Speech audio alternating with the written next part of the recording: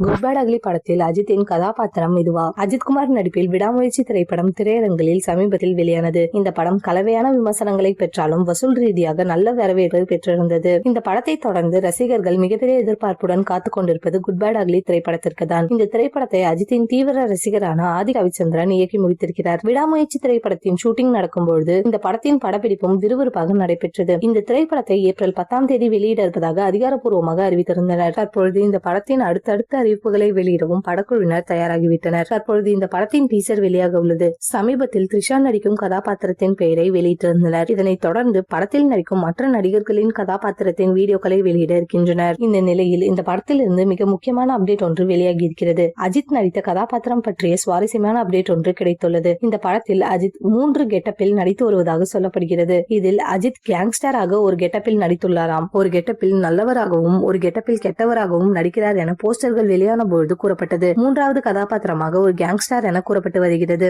இந்த படம் அஜித் ரசிகர்களுக்கு ஏற்றவாறு திரைக்கதையை சிறப்பாக அமைத்துள்ளார் இயக்குனர் ஆதி ரவிச்சந்திரன். மேலும் இந்த படத்திற்கான சிறப்பான பிஜிஎம் உருவாக்கி வருவதாகவும் சமீபத்திய பேட்டிகளில் ஜிவி பிரகாஷ் கூறியிருக்கிறார். அஜித் ரசிகர்களுக்கு ஏற்றவாறு ஜிவி பிரகாஷ் மற்றும் ஆதி ரவிச்சந்திரன் தரமான சம்பவத்தை ஏப்ரல் 10ஆம் தேதி தர இருக்கின்றனர்.